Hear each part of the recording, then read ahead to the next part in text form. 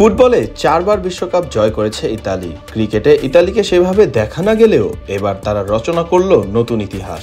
Cricket বিশ্বে নতুন চমক দেখালো তারা। প্রথমবারের মতো টি-20 বিশ্বকাপে জায়গা করে নিয়েছে ইতালি।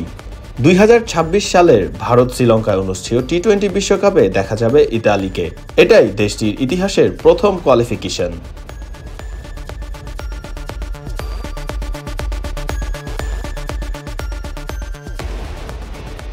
ইউরোপ অঞ্চলের ফাইনাল রাউন্ডে স্কটল্যান্ডকে 12 রানে হারিয়ে সবার নজর কাড়ে ইতালি। যদিও শেষ ম্যাচে নেদারল্যান্ডসের কাছে হারে তারা, তবুও রান রেটের ব্যবধানে নিশ্চিত হয় বিশ্বকাপের টিকিট। দলের নেতৃত্বে ছিলেন সাবেক অস্ট্রেলিয়ান ওপেনার জো বার্নস, যিনি এখন ইতালির হয়ে খেলছেন। তার ব্যাটিং ও অভিজ্ঞতায় ভর করেই দলটি গড়েছে এই সাফল্যের গল্প।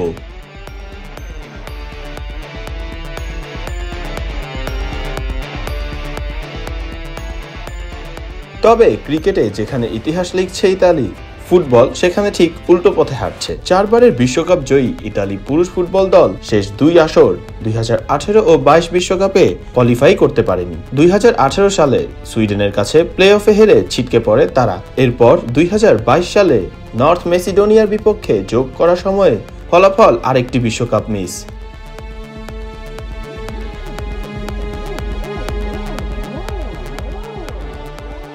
একদিকে ক্রিকেট ইতালির ইতিহাস গড়ছে, অন্যদিকে ফুটবল হারাচ্ছে গৌরবের ধারাবাহিকতা। অর্থাৎ একই দেশের দুই মেরু, যেখানে একদিকে নতুন ইতিহাস, অন্যদিকে অতীতের গৌরব রক্ষা করতে ব্যর্থতা। ফুটবলে আরও একটি বিশ্বকাপ মিস করে কিনা ইতালি, সেই শঙ্কায় ফুটবল ভক্তরা।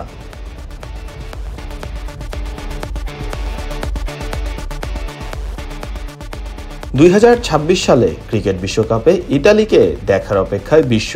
আর ফুটবলে 2026 বিশ্বকাপের কোয়ালিফায়ারে আবারও ঘুরে দাঁড়ানোর জন্য লড়াইয়ে নামবে ইতালি।